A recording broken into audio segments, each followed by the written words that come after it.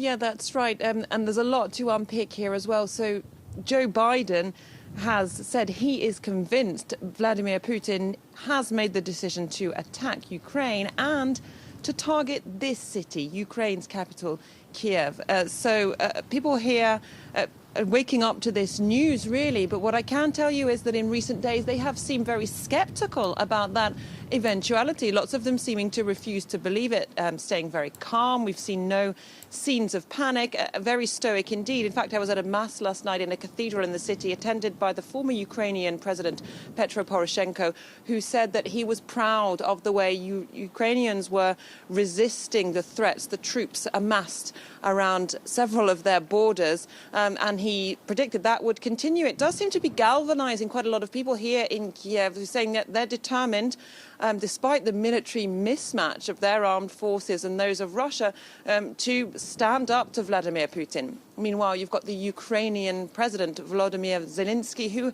is still, at the moment, maintaining that he is heading to Germany today to the Munich Security Conference to speak to other Western leaders and diplomats. Now, those plans could be cancelled at any stage, given the current context. Joe Biden said he thought that it was perhaps unwise for Zelensky to go, but he's been trying to send out a message of keeping calm and carrying on as well.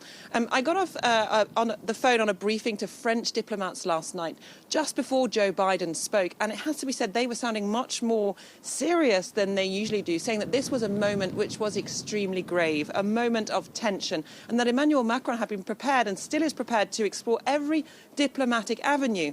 But at the moment, things seem very difficult indeed.